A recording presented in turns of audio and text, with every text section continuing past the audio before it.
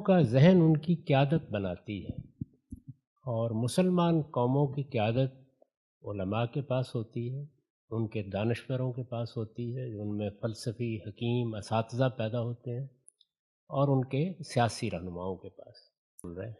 वो या माज़ी की ज़ुबान है या मुस्तक़बिल की ज़ुबान है। यानी अभी हाल में जो लोग दुनिया से रुखसत हुए हैं और जिनकी हमारे दिल में बड़ी इज़्ज़त है, उन्होंने दीन की भी खिदमत की है, इल्म की भी खिदमत की है, उनकी खिदमात से इनकार नहीं, लेकिन वो यही सबक पढ़ाते हुए गए जितने भी हैं।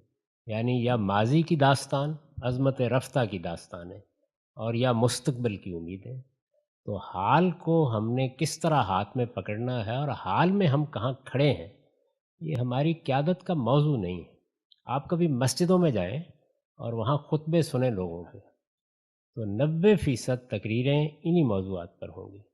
यानी या माज़ी की दास्तान सुनाई जा रही होगी या मुस्तक़बिल की कुछ उम्मीदें आपको दिलाई जा रही होंगी। तो ये असल में हमारी क़यादत का मसला है। आम लोगों में जिनको अल्लाह शऊर दे देता है वो निकल जाते हैं।